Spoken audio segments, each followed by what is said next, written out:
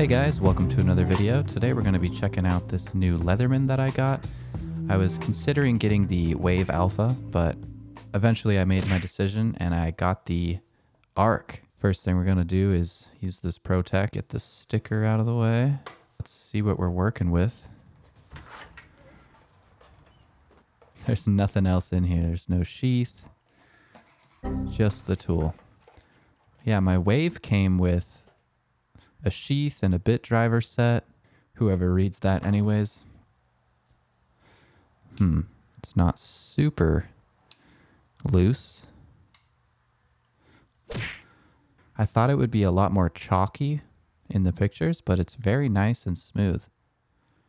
So the Leatherman Ark comes with another colorway. It's silver with a black paint, but I chose to go with this Talos colorway. It's a really cool Cerakote brown metallic bronze color, upgraded Magna Cut blade steel. Really nice that it has a thumb stud for deployment. Curious to see how this hole is going to impact my ability to file stuff. Maybe it's actually kind of nice to have this little thin area here to file on small objects. The saw on this side. The cool thing about this free platform is that you can access all the tools just from the outside. You just push them right there.